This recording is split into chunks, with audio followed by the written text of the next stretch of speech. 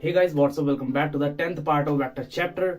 आज हमारा lecture number 10 है जिसमें हम पढ़ेंगे वेक्टर प्रोडक्ट और क्रॉस प्रोडक्ट। ठीक है, क्रॉस प्रोडक्ट आज हमें कंप्लीट करना है अपना।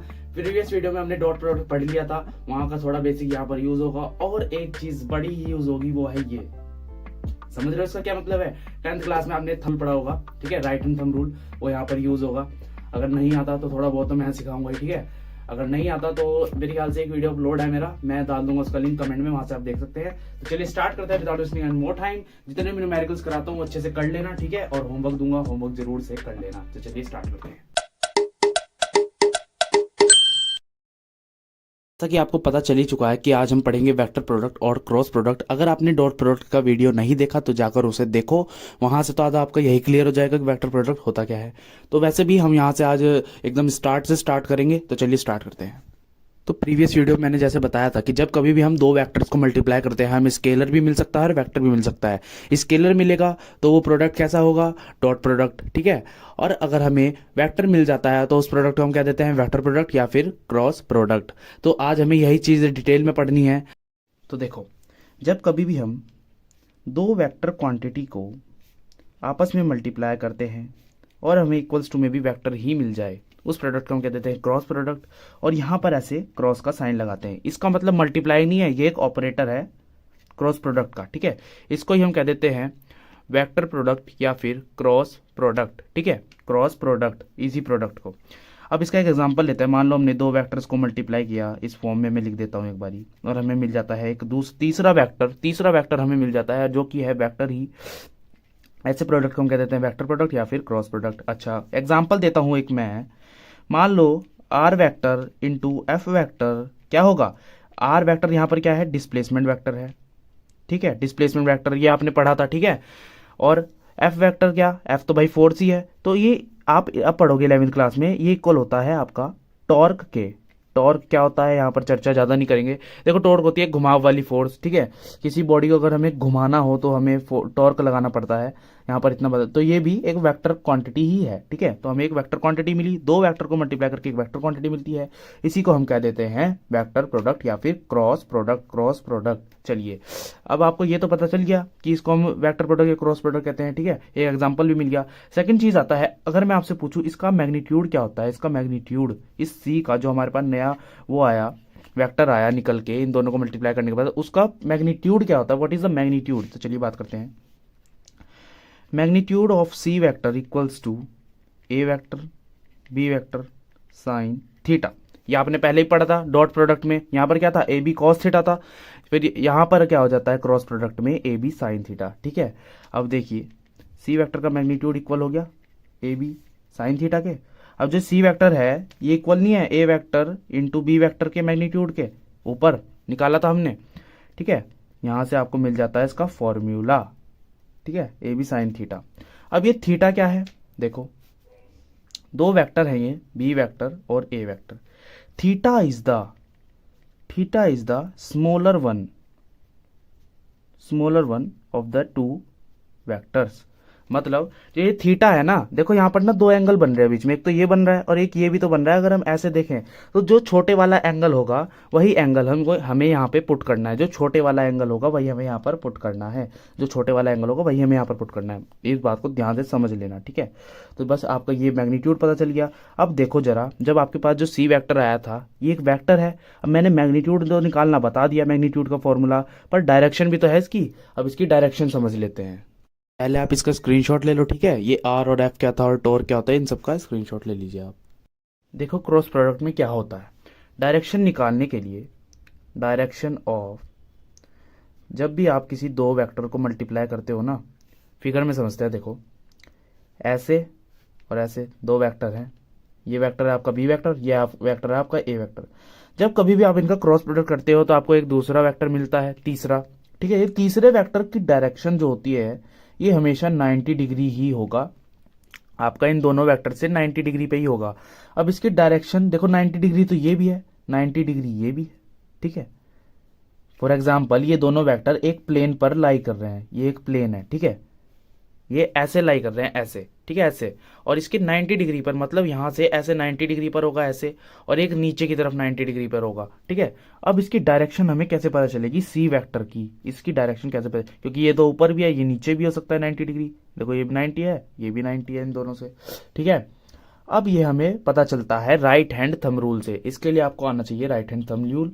इसको ही दूसरा नाम भी दे देते हैं स्क्रू रूल। स्क्रू रूल भी सेम है, तो चलिए समझ लेते हैं। तो मैंने जैसा ही कहा कि सी वेक्टर परपेंडिकुलर होता है, सी वेक्टर आपका परपेंडिकुलर होता है ए वेक्टर और बी वेक्टर से। तो आप से यहाँ से एक बात पता चलती है, जो सी वेक्टर है वो परपेंडिकुलर ए से, और जो सी वेक्टर है परपेंडिकुलर बी से, ठीक है। ये दोनों बातें मैंने आपको बता दी। अब थोड़ा सा समझ लेते हैं हम राइट हैंड थंब रूल। तो देखो राइट हैंड थंब रूल कैसे काम करेगा यहाँ पे डायरेक्शन बताने में। मैंने जैसे आपको बताया कि ए वेक्टर और बी वेक्टर आपस में परपेंडिकुलर होते हैं इसके सी वेक्टर के। जो नया वेक्टर आपका है ना, जिसको हम नाम दे देते हैं सी वेक्टर, ठीक है। एक तो सी वेक्टर ऐसे भी हो सकता है, बिकॉज मैंने कहा ये 90 डिग्री पे होता है इन दोनों वेक्टर से, ठीक है। ये दोनों एक दूसरे के परपेंडिकुलर हो सकते हैं, 90 डिग्री पे दोनों ही है।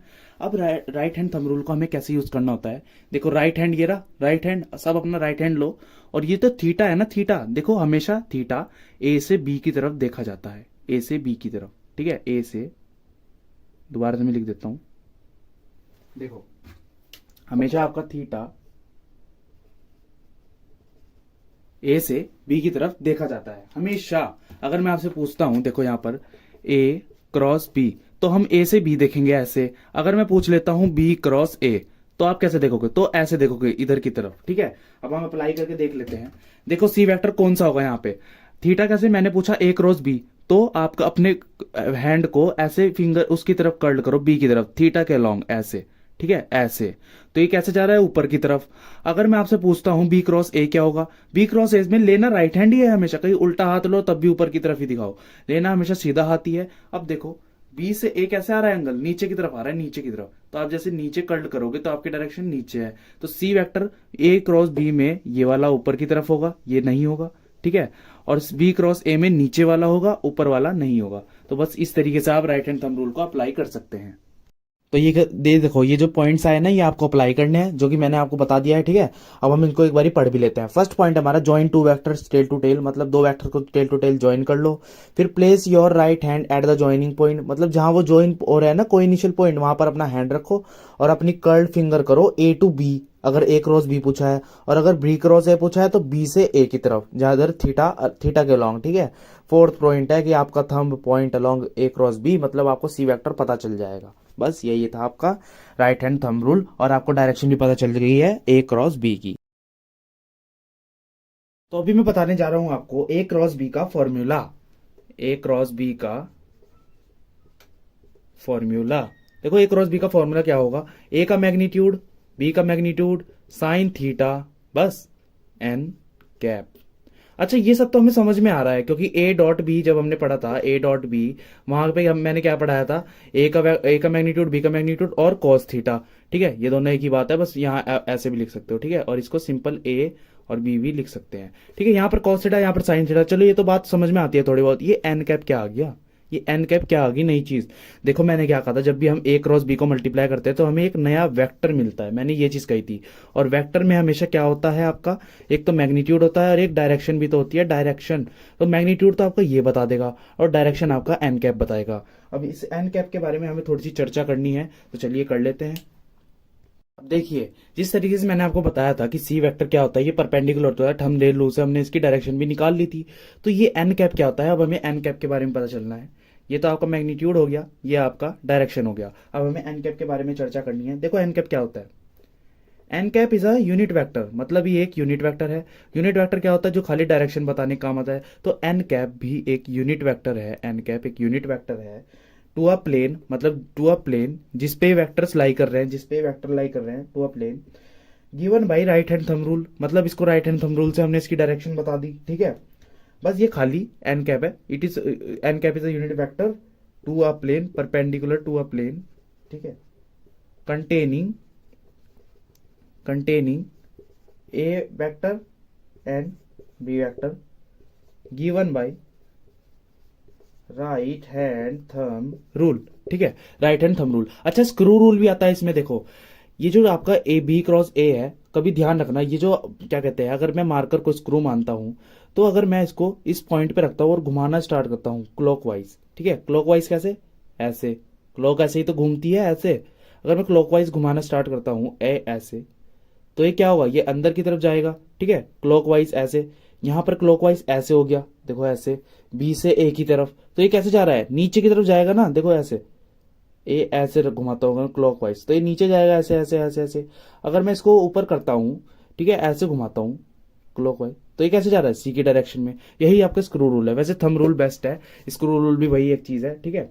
तो बस ये था आपका एन कैप। एन कैप खाली काम आता है हमारा डायरेक्शन दिखाने के लिए। क्वेश्चन आता है कि हमें ए क्रॉस बी फाइंड करना है, कैसे करना है, देखो ये एक ए वेक्टर है जिसका मैग्नीट्यूड है 2 यूनिट, और ये एक बी वेक्टर है जिसका मैग्नीट्यूड है 4 यूनिट, इनके बीच में एंगल है 30, ठीक है। ये ध्यान रखना, ये ना इस प्लेन पे लाई कर रहा है, देखो इस प्लेन पे, ठीक है, और ये आपका वाई प्लेन हो गया ऐसे, ठीक है, और ये आपका जेड प्लेन हो गया ऐसे। समझ रहे हो ना कैसे होता है प्लेन, ए ऐसे, तो ये कुछ ऐसा प्लेन है ऐसा, ठीक है। अब आपको फाइंड करना है ए क्रॉस बी, मतलब ए क्रॉस बी, ठीक है, ए क्रॉस बी आपको फाइंड करना है। आपने फॉर्मूला क्या पढ़ा था, ए बी, वेट मैं मार्कर चेंज करके आता हूं। देखो आपको फाइंड करना था ए क्रॉस बी, ए क्रॉस बी का आपने फॉर्मूला क्या पढ़ा था, ए का मैग्नीट्यूड, बी का मैग्नीट्यूड, साइन थीटा और एन कैप, ठीक है। एन कैप क्या था, डायरेक्शन बताने वाला। अच्छा ए का मैग्नीट्यूड आपको पता है, ये 2 यूनिट, तो यहां पर 2 यूनिट पुट करो। बी का मैग्नीट्यूड भी पता है कितना है, 4 यूनिट, ये ना यू है, यू, ठीक है, 40 मत समझ लेना, इंटू 4 यूनिट। साइन थीटा मतलब साइन 30 डिग्री, दोनों वेक्टर्स के बीच का एंगल कितना है, 30, तो साइन 30, ठीक है। एन कैप को भी ऐसे रखो, एन कैप समझाएंगे अभी। देखो 2 4 जा 8, साइन 30 की वैल्यू क्या होती है, हाफ होती है साइन 30 की वैल्यू, ठीक है। तो 2 4 जा, ये एन कैप, तो 4 एन कैप आ गया। अब एन कैप आपको डायरेक्शन भी निकालनी है इस क्वेश्चन में, तो डायरेक्शन के लिए आपने क्या करना है, right hand thumb rule, right hand thumb rule curl वाला, ठीक है। तो ये देखो ये कुछ इस प्लेन पे लाई कर रहा है, इस प्लेन पे, ठीक है, और ये वेक्टर इसके परपेंडिकुलर है। तो जो नया वेक्टर आता है वो हमेशा परपेंडिकुलर नहीं होता, चाहे तो आप right hand thumb rule use करो। देखो इस डायरेक्शन में ये ऐसे आप करना ऐसे, ठीक है, एंगल ऐसे जा रहा है, तो ये ऊपर की तरफ है, वाई कैप की तरफ। और वाई कैप की तरफ कौन सा हम यूनिट वेक्टर यूज करते हैं, आई और जे, ठीक है। आई यूज करते हैं एक्स के, आई यूज करते हैं एक्स के लिए, जे यूज करते हैं वाई के लिए, और के यूज करते हैं जेड के लिए, ठीक है। तो यहां पर कौन सा यूज करेंगे, जे, तो इसकी डायरेक्शन क्या होगी, 4 जे कैप, ठीक है। ये इसका आंसर हो गया। चलिए हमारे कुछ स्पेशल केसेस, स्पेशल केसेस क्या पिछली वीडियो में पढ़े थे। देखो स्पेशल केस क्या होता है, थीटा में कुछ फंडा कर देते हैं, ठीक है। तो इसके क्या है, 3 स्पेशल केस हैं। पहला केस है आपका जब थीटा दो वेक्टर्स के बीच में, सॉरी, जब थीटा दो वेक्टर्स के बीच में कितना हो, 0 डिग्री। दूसरा क्या है, जब क्या हो 180 डिग्री। तीसरा क्या है, 90 डिग्री, ठीक है। ये 3 केस है। अच्छा चलो फुट करके देख ले। जब थीटा दो वेक्टर्स के बीच में 0 डिग्री होगा तो वो दोनों वेक्टर्स कैसे होंगे, भाई पैरेलल ही तो होंगे। ये ए वेक्टर बी वेक्टर आपस में पैरेलल होंगे, तभी तो इनके बीच में एंगल कितना है, 0, ठीक है। तो इसका मतलब ये पैरेलल है। अब ए, इसका फॉर्मूला क्या हो जाएगा, ए क्रॉस बी का क्या हो जाएगा, ए बी साइन 0 डिग्री, ठीक है। एन कैप तो चलो यार छोड़ो, अभी एन कैप की तो यहां जरूरत ही नहीं है डायरेक्शन की, थीटा की हम बात कर रहे हैं। तो साइन 0 क्या आता है, 0, साइन 0 की वैल्यू क्या आता है, 0, तो ये पूरा कितना हो जाएगा, 0। हमेशा ध्यान रखना जब दो वेक्टर्स आपस में पैरेलल हो और हमें उसका क्रॉस प्रोडक्ट करना हो तो वैल्यू कितनी आएगी, 0 आएगी, जब भी वो पैरेलल हो, ठीक है। अब 180 डिग्री, 180 में कुछ ऐसा होगा, एक वेक्टर ऐसे एक वेक्टर ऐसे, दोनों को पैरेलल शिफ्ट करके अगर हम लिखें तो ये ऐसे हो जाएगा, और इस बीच में कितना एंगल, 180 डिग्री, ठीक है। अब इसको जरा मैं रब कर देता हूं, ये देखो 180 डिग्री हो गया। अच्छा अब फॉर्मूला क्या होगा इसका, ए क्रॉस बी का, ए बी साइन 180 डिग्री, और साइन 180 की वैल्यू क्या होती है, आधे गोल यहाँ पे पता ही नहीं, 180 की वैल्यू, साइन 180 की वैल्यू होती है 0 डिग्री, वो 0 सॉरी, ठीक है। तो आंसर 0 से मल्टीप्लाई करो जब ए को, ए बी को, तो आंसर कितना आएगा आपका, 0 ही आएगा। ये भी केस खत्म। अब 90 डिग्री, ये पिछली वीडियो में जब डॉट प्रोडक्ट कर रहे थे तब ये बहुत इंपॉर्टेंट चीज थी, अब देखते हैं इंपॉर्टेंट है या नहीं। दो वेक्टर कुछ इस डायरेक्शन में होंगे, ठीक है, ये होगा ये बी होगा। अब हमें इसका क्रॉस प्रोडक्ट करना है, ए क्रॉस बी का फॉर्मूला क्या होगा, ए बी साइन 90, तो साइन 90 की वैल्यू होती है 1, ठीक है, और 1 जब ए बी से मल्टीप्लाई होगा कितना होगा, ए बी, ये इसकी मैक्सिमम वैल्यू हो गई, ठीक है, ये इसकी मैक्सिमम वैल्यू होगी। बस ये था आपका स्पेशल केसेस। अब हमें पढ़नी है प्रॉपर्टीज ऑफ वेक्टर प्रोडक्ट, ठीक है, प्रॉपर्टीज पढ़नी है।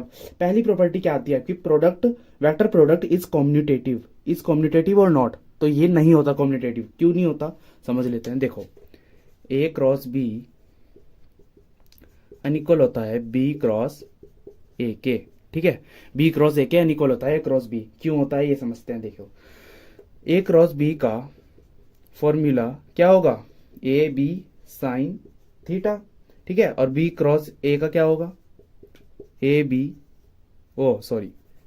B A sine theta. ये तो समझ में आ रहा है ना। देखो बी क्रॉस ए करा तो B A sine theta, A cross B करा तो A B sine theta. But ये जो आपका वेक्टर आता है ना, दो वेक्टर को मल्टीप्लाई करने में जब हम क्रॉस प्रोडक्ट करते हैं तो हमें हमेशा वेक्टर मिलता है, और वेक्टर में क्या होती है, डायरेक्शन भी होती है। तो हमें डायरेक्शन को ध्यान में रखते हुए करना है। तो डायरेक्शन देखो अब कैसे होगा, जब हमने पढ़ा था तो दोनों की अलग अलग डायरेक्शन आ रही होगी। किसी को याद हो तो बहुत अच्छी बात है, वो मन लगा के पढ़ रहा है, और जिसे याद नहीं है वो अपने मुंह पर एक लगाए, ठीक है। अब देखो ये जो नया वेक्टर आया ये सी वेक्टर था। दो केसेस अराइज हुए थे कि भाई परपेंडिकुलर तो ये है, परपेंडिकुलर ये भी है, ठीक है। तो सही कौन सा होगा, तो जब मैंने कहा था ए क्रॉस बी जब भी आप करोगे तो ए से बी की तरफ आपको अपनी फिंगर कर्ल करनी है। तो देखो करो, और डायरेक्शन कैसी, ऊपर की तरफ, ठीक है। इसमें डायरेक्शन कुछ और आ गई। अब बी क्रॉस ए की बात आती है तो राइट हैंड को ही आपको कर्ल करना है। देखो इस तरीके से उल्टा, ठीक है। राइट हैंड कैसा हो गया, नीचे की तरफ। देखो बी से ए ऐसे, ए की तरफ नीचे की तरफ हुआ ना। बस यही था आपका, ये दोनों डिफरेंस है, इसलिए ही ए क्रॉस बी अनइक्वल है बी क्रॉस ए के। ये हो गया आपका vector product is not commutative. तो वेक्टर की सेकंड प्रॉपर्टी आती है कि डिस्ट्रीब्यूटिव लॉ फॉलो करता है। डिस्ट्रीब्यूटिव लॉ फॉलो करता है वेक्टर, कैसे देख लेते हैं। देखो जब भी आप ए क्रॉस बी प्लस सी करते हो तो आप ना उसे इस तरीके से लिख सकते हो कि ए की मल्टीप्लाई पहले बी से करोगे, जब ए क्रॉस बी, ठीक है, प्लस ए क्रॉस सी। समझ तो आ गया नहीं कैसे हुआ, ऐसे आप डिस्ट्रीब्यूट कर सकते हो। देखो ए की पहले बी से, फिर ए की ही सी से, ऐसे कर सकते हैं आप। बीच में प्लस का साइन है, ठीक है। फॉर एग्जाम्पल, पर ये चीज ध्यान रखना, ये जो बी प्लस सी है ना, बी प्लस सी, इसका ऑर्डर मत चेंज कर देना। या फिर ए क्रॉस बी का बी क्रॉस ए नहीं आप लिख सकते, यह भी हम पीछे देख के आए हैं। ए क्रॉस बी और बी क्रॉस ए ये दोनों आपस में अनइक्वल हैं, ठीक है। इस बात का ध्यान रखना हमेशा। चलिए अब अपना समझते हैं। देखो ए प्लस बी वेक्टर है ना अगर ऐसे, और आपका मल्टीप्लीकेशन में है ये सी प्लस डी का क्रॉस वेक्टर, तो आप इसे ना डिस्ट्रीब्यूट करके देखो ऐसे लिख सकते हैं। ए की पहले सी से करो, मतलब ए क्रॉस सी वेक्टर, ठीक है। फिर ए की ही डी से करो, प्लस ए क्रॉस डी वेक्टर, ठीक है। फिर बी की सी से, बी की डी से, प्लस आएगा बीच में B cross C plus B की डी से बी क्रॉस डी, ठीक है। ये इक्वल होगा, बट आपको यार सीक्वेंस नहीं चेंज करनी, कभी बी क्रॉस सी की सीक्वेंस नहीं, इस तरह से लिख दिया सी क्रॉस बी, ठीक है। ये आपका डिस्ट्रीब्यूटिव लॉ हो गया, ये फॉलो करता है वेक्टर। देखो थर्ड प्रॉपर्टी आती है cross product of vector with itself is zero. मतलब क्रॉस प्रोडक्ट अगर आप दो वेक्टर्स का करोगे ना तो वो जीरो आएगा हमेशा। जिस तरह हमने डॉट प्रोडक्ट में पढ़ा था कि ए डॉट ए क्या हो जाता था, ए डॉट ए वेक्टर ए का स्क्वायर इसके मैग्नीट्यूड का, ठीक है। बट क्रॉस प्रोडक्ट में क्या चक्कर है, ये ना जीरो हो जाता है। क्रॉस प्रोडक्ट में अगर आप आपस में ही मल्टीप्लाई कर दोगे ना, फॉर एग्जाम्पल ए क्रॉस ए अगर आप कर दोगे तो ये जीरो के इक्वल आएगा। कैसे आएगा वो देख लेते हैं। फर्स्ट ऑफ ऑल इसका फॉर्मूला खोलो, ए का मैग्नीट्यूड साइन थीटा क्या होगा, जब आप दो वेक्टर सेम ही हैं, उनके बीच में ए वेक्टर है, इनके बीच में एंगल तो जीरो ही होगा ना, 0 डिग्री, और डायरेक्शन तो सेम ही है, डायरेक्शन भी चाहे आप लिख लो, ठीक है। तो ये कितना आएगा, इक्वल्स टू जीरो। अब ये ना जीरो आया, जीरो का मतलब ये नहीं है कि ये वेक्टर नहीं है, जीरो वेक्टर है, ये डायरेक्शन तो बता ही रहा है, ठीक है। इसका नाम होगा जीरो वेक्टर, ठीक है, ए क्रॉस ए। तो ये बात ध्यान रखना, थर्ड प्रॉपर्टी ये होगी।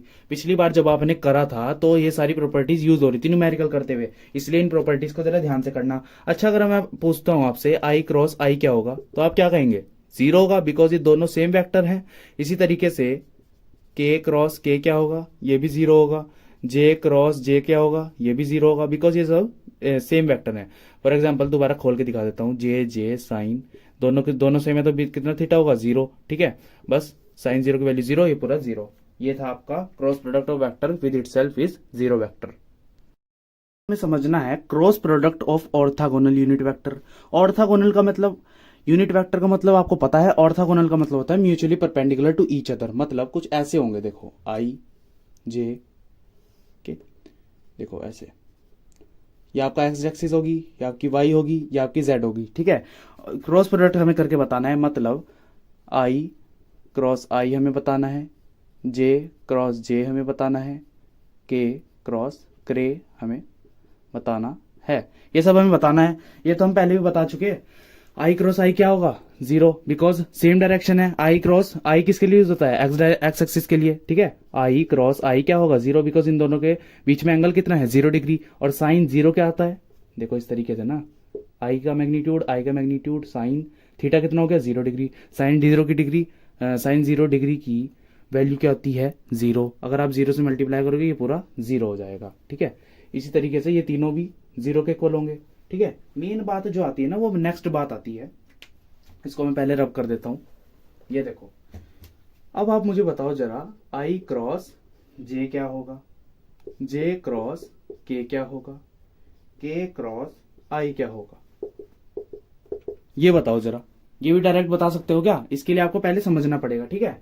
चलिए समझ लेते हैं। देखो आई क्रॉस मतलब आई तो आपका ये हो गया, क्रॉस जे आपका वाई एक्सिस हो गया। इन दोनों के बीच का एंगल कितना है, साफ साफ दिखाई दे रहा है 90 डिग्री, ठीक है, दिखाई दे रहा है ना 90 डिग्री। अब आपको क्या करना है, फॉर्मूला लगाना है, आई कैप जे कैप, मतलब आई का मैग्नीट्यूड जे का मैग्नीट्यूड। अब ये यूनिट वेक्टर है तो इनका मैग्नीट्यूड कितना होगा, 1 होगा। ये सब बातें अगर नहीं पता चल रही तो आपको इंट्रो देखने की जरूरत है, ठीक है। 1 × 1 साइन थीटा कितना है, 90 डिग्री, ठीक है। साइन 90 की वैल्यू होती है 1 होती है, ठीक है। तो ये इक्वल हो जाएगा आपका 1 के। चलिए अब डायरेक्शन भी तो बतानी है भाई, ये खाली ये गलत नहीं हो गया था आपका, क्रॉस प्रोडक्ट में डायरेक्शन भी तो आती है, एन कैप। अरे कहाँ लिख दिया, दिख ही नहीं दे रहा, ठीक है। एन कैप भी तो आता है, तो अब इसको आपकी डायरेक्शन भी बतानी पड़ेगी। डायरेक्शन कैसे बताओगे, देखो कर्ल करनी है अपनी फिंगर को, देखो कुछ ये प्लेन हो गया ना, ये देखो कैसा सा प्लेन हुआ। अब इस प्लेन के अलोंग मतलब थीटा के अलोंग कुछ ऐसे नहीं आ रहा, जेड डायरेक्शन में, जेड में आ रहा है ना, तो आई डॉट जे किसके इक्वल होगा आपका, के कैप के, ठीक है। समझ आ गया, डायरेक्शन भी पता चल गया आपको, आपका मैग्नीट्यूड भी पता चल गया 1। अब जे क्रॉस के करो, देखो जे कौन सा होगा, आई जे, ये जेड एक्सिस वाला, वाई वाला होगा भाई, आई जे के ऐसे होता है ना, ठीक है। तो ये जे हो गया, ये के हो गया, मैं यहां लिख ही देता हूं वरना बार बार कंफ्यूजन होगी, आई जे के, ठीक है। अब आपको जे के करना है तो यहाँ पे भी 90 डिग्री है, ठीक है। अब जब आप इसको मल्टीप्लाई करोगे तो क्या आएगा, डायरेक्शन का खेल है खाली। ये देखो इस डायरेक्शन में है, ऐसे एक्स एक्सिस की डायरेक्शन में, एक्स एक्सिस की डायरेक्शन में जा रहा है ना, तो मैग्नीट्यूड तो उसका 1 ही होगा, जे और के का, तो 1 × 1 और साइन 90 की वैल्यू 1। और एन कैप क्या होगा आपका, एन कैप हो जाएगा आपका एक्स एक्सिस वाली, मतलब आई कैप। और के आई इस तरह अपने आप निकालना, वैसे मैं बता देता हूं जे कैप के इक्वल होता है, ठीक है। अब इसका उल्टा क्या होगा, जे क्रॉस आई क्या होगा, के क्रॉस जे क्या होगा, आई क्रॉस के क्या होगा, ये बताइए जरा, ठीक है। ये चीज आपको बतानी है। ये कैसे बताओगे, जब मैंने आपको कहा था ए क्रॉस बी इक्वल्स अनइक्वल होता है बी क्रॉस ए के, इसी तरीके से यहां पर समझो आई क्रॉस जे अनइक्वल होगा ना जे क्रॉस ए के। कैसे, देखो इसकी अगर मैं यहां पर ये कर दूं -b, ठीक है, तब तो इक्वल होगा, बिकॉज मैंने डायरेक्शन अपोजिट बता दी, ठीक है, तब तो इक्वल होगा। चलो करके देखते हैं जे क्रॉस ए का क्या आएगा। देखो जे कहां पर है, ये के कहां पर है, के ये रहा, ठीक है। I cross J cross I, sorry, अरे यार जे क्रॉस आई निकालना है ना, जे कहां गया, ये रहा, आई ये रहा, ठीक है। तो जे क्रॉस आई मतलब देखो, अब जे क्रॉस आई की अगर मैं डायरेक्शन निकालूंगा मुझे इस तरीके से करना पड़ेगा एंगल, क्योंकि जे से आई की तरफ जा रहा है, जे से आई की तरफ, तो मैं ऐसे करूंगा तो ये अंदर की तरफ जा रहा है, अंदर की तरफ, ठीक है, अंदर की तरफ जा रहा है। कैसे करके बताऊं यार, उंगली नहीं सही बैठ रही, ठीक है। तो समझ लो एक तरीके से ये अपोजिट डायरेक्शन में आएगा, और ये क्या हो जाएगा आपका, के कैप ही होगा ये, पर माइनस का। इसी तरीके के जे क्या होगा, देखो यहाँ पर के जे क्या है, आई कैप, तो यहाँ पर नेगेटिव का आई कैप हो जाएगा। आई के क्या है, आई के जे कैप, तो यहाँ पर हो जाएगा नेगेटिव का जे कैप। खाली नेगेटिव का फर्क है, ठीक है। अब जरा एक ट्रिक बता देता हूँ इसे याद करने की पूरे को, देखो रुक जाओ, चलो अब हम समझते हैं अपनी ट्रिक। देखो आपको कुछ ऐसे लिखना है, आई जे के, ठीक है। अगर मैं आपसे पूछता हूं आई क्रॉस जे क्या होगा, तो आपको क्या करना है, आई क्रॉस जे आपका होगा के कैप, ठीक है। आई क्रॉस जे होगा के कैप। अच्छा, अगर मैं जे क्रॉस के पूछूं, जे कैप क्रॉस के कैप पूछूं, जे क्रॉस के आई होगा, ठीक है। मतलब देखो इस तरह घुमाते जाना है, घुमाते क्लॉकवाइज, ठीक है, क्लॉकवाइज आपको घुमाते जाना है। आई जे कर दिया तो के बचा तो के लिख दो, जे क्रॉस के करना है तो आई लिख दो, ठीक है। अब के आई करना है, के आई तो क्या आएगा जे आएगा। अगर मैं आपसे पूछता हूँ एंटी क्लॉकवाइज मतलब इस डायरेक्शन में, इस डायरेक्शन में मतलब आई के पूछ लूँ तो आएगा नेगेटिव का जे, आई के पूछ लूँ तो आएगा नेगेटिव का जे।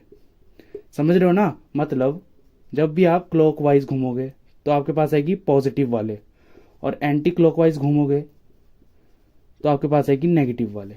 ठीक है, ये आपकी ट्रिक होगी छोटी सी, फटाक से ये बनाना और एकदम सॉल्व कर लेना अपना, बस ये आपकी ट्रिक थी।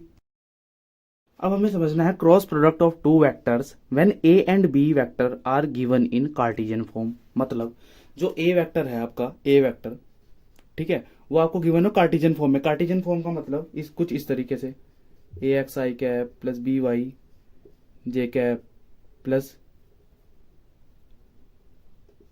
ए वाई आएगा यार यहाँ पे, ठीक है, और ए जेड के कैप, कुछ इस तरीके से गिवन हो, और दूसरा वेक्टर आपको इस तरीके से कार्टेशियन फॉर्म में। ठीक है, इसमें ना बड़ी कंफ्यूजन होती है। ठीक है, ये दोनों वेक्टर आपको इस तरीके से गिवन हो तो इनका प्रोडक्ट क्या होगा, ए इंटू क्रॉस बी क्या होगा, ए इंटू क्रॉस बी, ये चीज आपको बतानी है। तो चलिए समझ लेते हैं। सबसे पहले आप ए वेक्टर लिख लो, A X I cap plus A Y J cap plus A Z K cap. ठीक है, ये मैंने ए वेक्टर लिख लिया। Cross B vector, B vector क्या है, रुको थोड़ा एंगल बढ़ा लेते हैं अब, ठीक है ना। देखो ये क्या हो जाएगा आपका, B x I cap plus B Y J cap plus B Z K cap, ये इसके इक्वल हो जाएगा। ठीक है, अब आपको मल्टीप्लाई करनी है, एक उठा के मल्टीप्लिकेशन थोड़ी यार बड़ी होगी। अब देखो ए एक्स की मल्टीप्लाई पहले बी एक्स से करनी है, ए एक्स की बी एक्स से, और ये क्या है आई कैप, आई कैप मैंने क्या बताया था, आई क्रॉस आई क्या होता है, I cross I zero, because इन दोनों के बीच में एंगल कितना है, जीरो, और साइन जीरो की वैल्यू जीरो, तो ये भी पूरा जीरो। ठीक है, इसका मतलब जो ये होगा ए एक्स आई कैप और बी एक्स आई कैप, ये तो जीरो हो जाएगा आपका, बिकॉज आई आई जब मल्टीप्लाई होंगे आपस में तो क्या हो जाएगा आपका, ये तो जीरो हो जाएगा। चलिए खत्म। अब ए एक्स की इससे करनी है, बी वाई जे कैप से। आई इंटू जे क्या होता है, आई इंटू जे क्या होता है, आई इंटू जे कैप क्या होता है, मैंने वो ट्रिक बताई थी ना, आई जे के, तो आई इंटू जे क्या होता है, के कैप। ठीक है, यहां पर ऐसे काम आएगी वो ट्रिक। चलिए आई डॉट जे, देखो इसकी इससे होगी, अब इसकी इससे करनी थी, तो ए एक्स बी वाई क्या हो गया आपका, के कैप। ठीक है, चलिए अब इसकी उठा के इससे करो, बी आई और के क्या होगा, आई के हो जाएगा आपका। यार मैं सोच रहा हूँ ये आपको समझ तो आ ही रहा होगा, आई के क्या हो रहा है, आई इंटू आई तो आपका जीरो हो गया, आई इंटू जे क्या होगा, के हो गया, आई इंटू के क्या हो गया, ये सब तो आपको समझ में आ रहा है ना। तो मैं डायरेक्ट लिखता जा रहा हूँ, ठीक है, कमेंट बता देना, B Z J cap minus ए वाई बी एक्स के कैप। देखो ए वाई की अब मैं कर रहा हूँ, इसका आई और जे क्या हो गया, ठीक है, माइनस इसलिए आया क्योंकि नेगेटिव डायरेक्शन थी। ठीक है, plus A Y B Z I cap. ठीक है, अब मैं यहाँ पे लिख रहा हूँ, देखो plus A Z B X J cap minus A Z B Y I Z. ठीक है, ये सब हो गया। अब हमें क्या करना है, रुको मैं एंगल फिक्स करता हूँ फिर से, वेट। ठीक है, अब हमें क्या करना है, सेपरेट करना है हर चीज को। देखो इक्वल्स टू में ये सब आ गया था, ये सब ठीक है, नीचे वाली चीज है। अब हमें सेपरेट करने हैं आई आई वाले। देखो आई आई किसके पास है, एक तो ये रहा, और कहाँ है, एक ये रहा। ठीक है, इसको अलग से लिख लो यहाँ पर, A Y B Z minus A Z B Y I cap. ठीक है, ये आ गया। अब आपको क्या करना है, minus A x B Z minus A Z B X J cap. ये कहां पर था, देखो ए एक्स बी जेड ये रहा, और ए एक्स बी एक्स कहाँ है, ये रहा। ठीक है, चलिए ये रहा, प्लस फिर से एंगल फिक्स करना क्या। ठीक है, अब देखो ये क्या हो जाएगा आपका, ए जेड बी एक्स हो गया था, ए जेड बी जे वाला हो गया। अब देखो ए Z B X J cap minus A Z B Y I cap, ये हो गया। ठीक है, सेपरेट करके लिख लिया हमने। चलो अब जरा ही ध्यान रखना, जे कैप इसमें से हम कॉमन ले लेते फिर से, ये हो गया आपका। तो टोटल पूरा आपका ये आंसर आ गया। अभी ना एक आसान तरीका बताऊंगा जिससे आप एकदम कर दोगे, ये थोड़ा हार्ड पड़ता है, ठीक है। J cap A X A Y ये सब थोड़ा हार्ड डिफिकल्ट पड़ता है। अब आपके पास ये तो आपका आंसर आ गया, ए क्रॉस बी का जो कार्टेशियन फॉर्म में गिवन हो। अब हम एक और शॉर्टकट तरीके से समझ लेते हैं इसको। अब हमें समझना है शॉर्टकट मेथड, ठीक है। जिस तरह हमने कार्टेशियन फॉर्म में भी करा ना, शॉर्टकट मेथड समझना है। इस शॉर्टकट मेथड का नाम है determinant method. Class 11 present class 12 में आपको पढ़ाया जाएगा डिटर्मिनेंट और मैट्रिक्स, कुछ ऐसा ही है। अभी तो आप छोटे इसलिए आपको पता नहीं होगा, ठीक है। अगर कोई बड़ा है तो उसको पता होगा, ठीक है। चलिए देखो, सिंपली आपको क्या करना है, दो ऐसे लाइंस खींची। फर्स्ट ऑफ ऑल हम लिख लेते हैं दोनों वेक्टर, ठीक है। ये देखो, ए वेक्टर क्या होगा, ए X I cap plus A Y J cap, A Y J cap plus A Z K cap, ठीक है।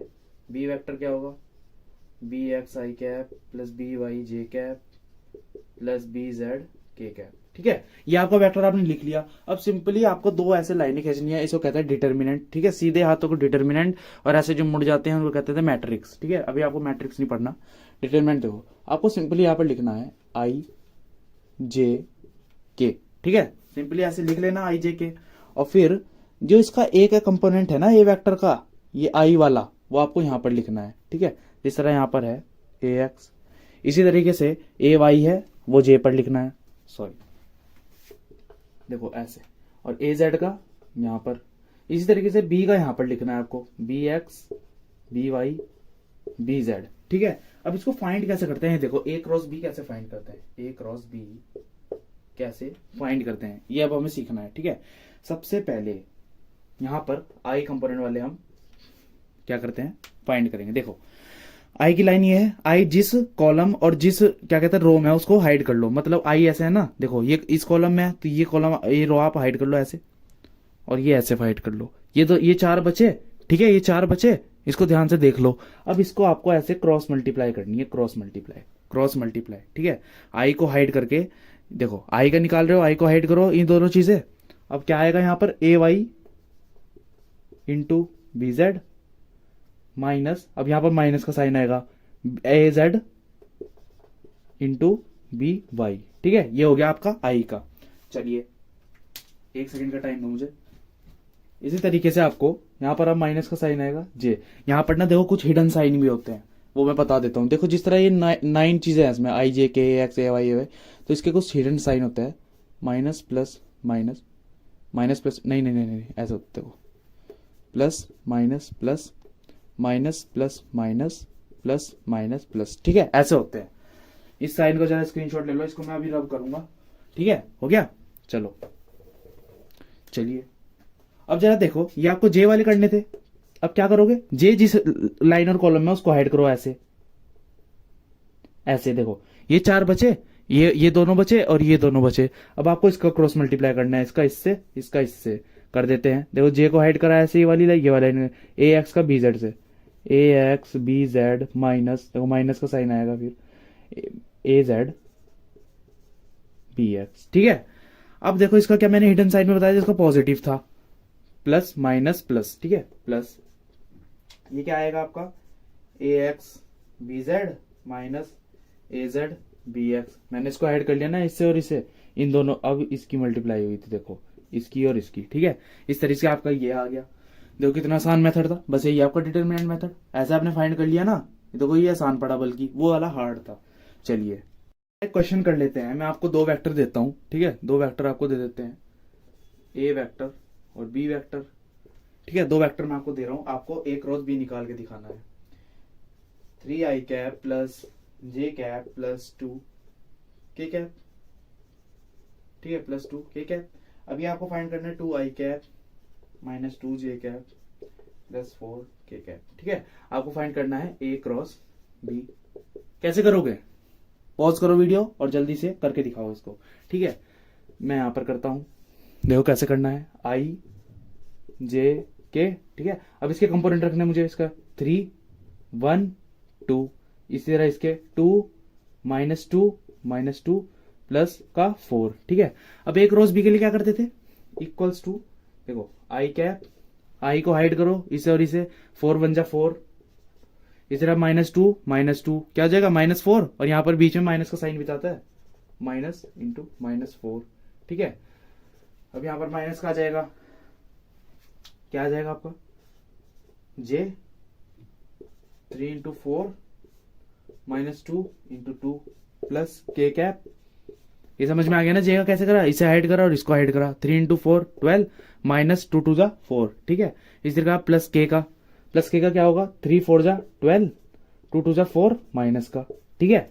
ये आपका आ गया। अब आपको उसको सिंपली सॉल्व करना है। देखो 4 4 जा 16, 4 4 जा 16, ये मल्टीप्लाई थोड़ी ना कर रहे हैं, आई देखो माइनस माइनस प्लस, तो ये कितना हो जाएगा 8 आई कैप, ठीक है।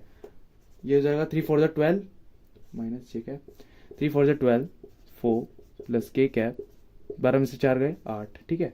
ये क्या हो जाएगा, अरे दिखाई नहीं दे रहा क्या, 1 सेकेंड, देखो ये क्या हो जाएगा, ये हो जाएगा आपका 8 आई कैप माइनस 8 जे कैप प्लस 8 के कैप, ठीक है। ये आपका आंसर ऐसे फाइंड करते हैं, ठीक है। चलो अभी नेक्स्ट क्वेश्चन करते हैं एक और।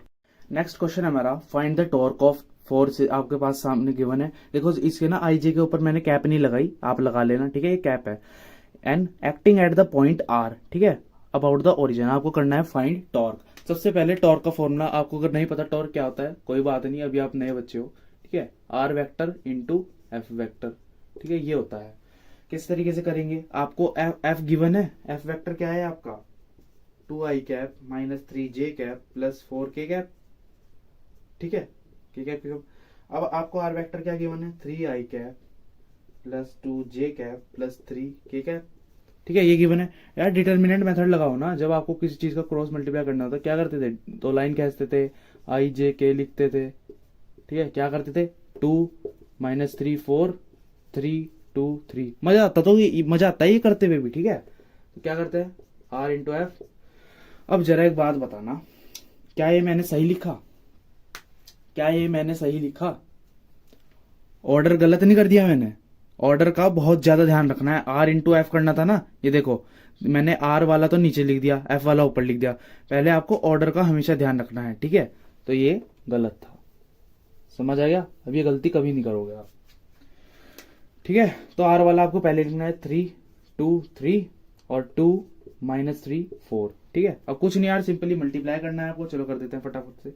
Equals to I cap 8 minus 9 आएगा, ठीक है, और minus J cap 12 minus 6 plus K cap minus 9 minus 4, इसको सॉल्व करेंगे क्या आएगा 17 I cap minus 6 J cap minus 13 K cap, ठीक है। ये आपका आंसर आ गया। कैसे आया, देखो आई कैप वाला था, इसको हाइड करा, इसको हाइड किया, 4 2 जा 8 और 3 3 जा 9 माइनस का, ये आ गया, माइनस करने हैं इसमें। फिर जे वाला, जे को हाइड करा, ये दोनों 3 4 जा 12, कहाँ गया 12, और 2 3 जा 6 माइनस 6 आ गया, प्लस के कैप, देखो के कैप, हाँ ये रहा, 3 3 जा 9 माइनस का और 2 2 जा 4 माइनस का।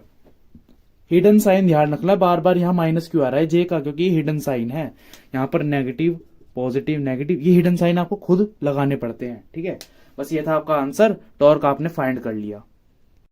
सेकंड क्वेश्चन आपका आता है, इफ टू वेक्टर्स, मतलब दो वेक्टर 2 आई कैप प्लस 3 जे कैप माइनस के कैप एंड ये जो भी गिवन है, इसमें आपको ना y की वैल्यू फाइंड करनी है। ये दोनों जबकि पैरेलल है, ये दोनों वेक्टर, ठीक है, ये दोनों पैरेलल है आपस में, इस तरीके से आपको इसमें y की वैल्यू फाइंड करनी है, ठीक है। सबसे पहले तो देखो, अगर पैरेलल है कोई चीज तो थीटा कितना होगा, साइड में लिखते हैं, देखो थीटा कितना होगा 0 डिग्री, ठीक है। और फिर चलो करके बताता हूं, देखो a क्रॉस b का आपने फॉर्मूला क्या पढ़ा था, ए बी साइन थीटा, ठीक है। यहां पर थीटा क्या है 0 डिग्री, तो ए बी साइन थीटा क्या हो गया आपका पूरा इक्वल्स टू 0 हो गया ना, ठीक है। इस बात को ध्यान रखना, अभी मैं इसको रब कर दूंगा, चलो इसको ध्यान रखना, ठीक है।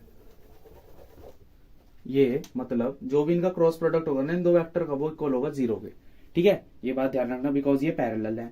अच्छा, अब आप सबसे पहले क्रॉस प्रोडक्ट आप निकाल लो अपने आप, आई जे के, ठीक है। वेक्टर से आपको गिवन है क्या है, ए वेक्टर है आपका 2 आई कैप प्लस 3 जे कैप माइनस के कैप, बी वेक्टर है आपका माइनस 4 आई cap minus 6 J cap plus Y के कैप। आपको ये फाइंड करना है छोटा सा, ठीक है। इसके लिए आपको पूरा क्रॉस प्रोडक्ट करना पड़ेगा। कैसे करोगे, देखो 2 3 -1 और ये आपको जगह -4 -6 y। ठीक है, वैसे ना यहाँ पे y की जगह लैम्डा आना था, लैम्डा होता नहीं क्या कहते हैं कीबोर्ड में, इसलिए मैंने वहां पे y कर दिया लैम्डा को हटा के। ठीक है, अब आपको फाइंड करना है, कैसे करोगे? देखो सबसे पहले तो a क्रॉस b क्या है 0, तो इक्वल्स टू में इसका आएगा अब ये सब i कैप। अब इसको आपको सिंपली फाइंड करना है, क्या होगा आपका? देखो i कैप के साथ आएगा 3y -6 -j 2y -4 plus k cap -12 into -12। ठीक है, ये आपका आ गया। अब आपको इसे सिंपली सॉल्व करना है। रुक जाओ, मैं इसे ऊपर कर दूं थोड़ा सा। ठीक है, चलिए ये हो गया आपका। अब आपको फाइंड करना था, देखो थोड़ा सा इसको ना सिंप्लीफाई कर देते हैं। 3y -6 i cap -j cap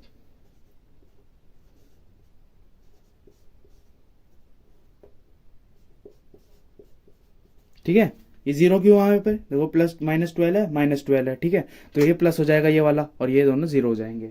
अब आपको देखो मैंने क्या बताया था, इक्वल टू सारे 0 हैं, तो मैं ऐसे लिख सकता हूँ इसे 3y -6 equal to 0, 2y -4 equal to 0, और ये तो 0 है ही। ठीक है, ऐसे लिख सकता हूँ मैं।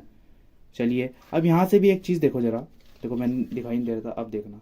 ठीक है, ऐसे लिख सकता हूँ। तो अब चीज देखो, एक यहाँ से आपको y की वैल्यू आराम से निकाल सकते हो, 3y equals to +6 y equals to 2। ठीक है, यहाँ से तो 2 आ गई इसकी वैल्यू। अब जरा यहाँ पे भी करके देखते हैं, y इक्वल्स टू 4/2, यहाँ भी y की वैल्यू 2। ठीक है, इस तरीके से आपने वैल्यू भी फाइंड कर ली, आपका क्वेश्चन हो गया कंप्लीट। अब आता है अपने नए टॉपिक पे। अरे नए टॉपिक का नाम है एरिया ऑफ ट्राइंगल, हमें फाइंड करना है। ठीक है, एरिया ऑफ ट्राइंगल कैसे? मान लो दो वेक्टर आपस में एक ना ट्राइंगल की साइड बना रहे हैं। ठीक है, एक ट्राइंगल की साइड बना रहे हैं। ठीक है, इसमें थोड़ा सा ट्राइंगल लॉ लग सकता है। अब मैं अगर आपसे कहूं, फर्स्ट ऑफ ऑल हम एरिया ऑफ ट्राइंगल देख लेते क्या होता है। एरिया ऑफ ट्राइंगल होता है half into base into height. ठीक है, बेस इंटू हाइट होता है half into base into height. तो आपका बेस क्या हो गया? बेस तो हो गया आपका ये वाला वेक्टर जो भी है, और हाइट हो गया आपका ये। ठीक है, ये मान लो थीटा है।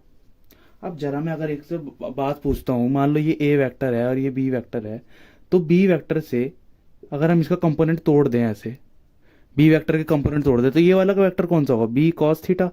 ठीक है, ये वाला कंपोनेंट इसका बी का, और ये वाला कौन सा होगा? B sine theta. B sine theta थोड़ा ढंग से नहीं लिखा पर आप समझ जाना, बी साइन थीटा होगा। अब देखो अगर ये साइड इस साइड के इक्वल नहीं होगी, इसका ये कंपोनेंट यही कंपोनेंट इसका नहीं होगा बी का, तो चलिए लिख देते हैं यहाँ पे, ये हो गया आपका बी साइन थीटा। बस कुछ नहीं करना, वैल्यू पुट करो एंड गेट द आंसर। देखो बेस क्या हुआ आपका? बेस तो ये हो गया, इसका मैग्नीट्यूड ही तो आएगा खाली ए वेक्टर का। ठीक है, और हाइट क्या होगी? B sine theta, B sine theta, ये हो गया आपका। अच्छा एक बात और बताओ, आपने ए क्रॉस बी का फॉर्मूला क्या पढ़ा था? A B sine theta. यहां पर क्या बन रहा है? ये दोनों मैग्नीट्यूड ही तो होते थे, ये दोनों मैग्नीट्यूड ही तो होते थे, ये भी इसका मैग्नीट्यूड ही है। ठीक है, तो ये दोनों मैग्नीट्यूड यहां पर आप डायरेक्ट लिख सकते हो, ए cross be half into A cross B. ठीक है, 12th में भर भर के ये चीजें आएंगी, डायरेक्ट आपसे पूछते हैं, वहां कोई प्रूफ नहीं कराने का तुम्हें इस तरीके से, ये बी का कंपोनेंट तोड़ रहे, ये तोड़ रहे। ठीक है, ये इसके इक्वल है, ये कुछ नहीं बताता कोई, डायरेक्ट बताता है एरिया ऑफ ट्रायंगल का फॉर्मूला ये है। तुम वहां गफलत में पड़े रहना, अगर कॉन्सेप्ट पता है ना तुम्हें तो आराम से कर सकते हो। तो ये आपका फॉर्मूला आ गया हाफ इंटू ये ए है, ए इंटू बी, इसका मैग्नीट्यूड, ये हो गया आपका area of triangle. Next topic आपका आता है एरिया ऑफ पैरेललोग्राम। ठीक है, एरिया ऑफ पैरेललोग्राम आपको निकालना है। फर्स्ट ऑफ ऑल हमें पैरेललोग्राम ही बनाना होगा।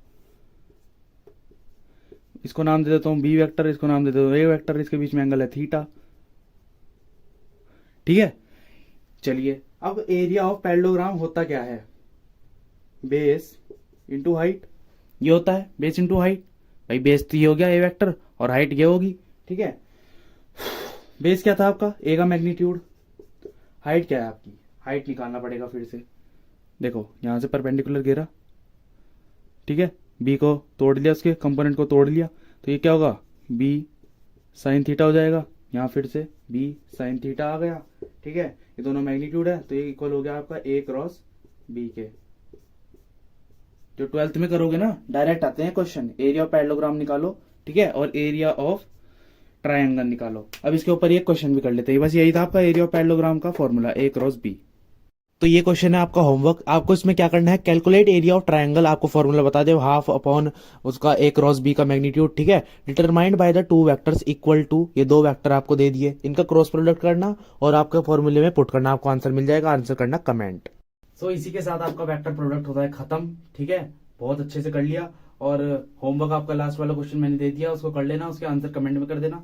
जो पहला कमेंट आपका आंसर का आएगा ना, उसमें पिन कर दूंगा और वही आपका सही आंसर होगा, अगर वो सही आंसर हुआ, ठीक है, इसी तब पिन करूंगा, ठीक है। इसी के साथ सब्सक्राइब कर दिए चैनल को, अगर आपको अच्छा लगा हो लाइक कर दो। Thank you so much for watching, bye. Next video रहता है, खाली एक वीडियो रहता है, बाय।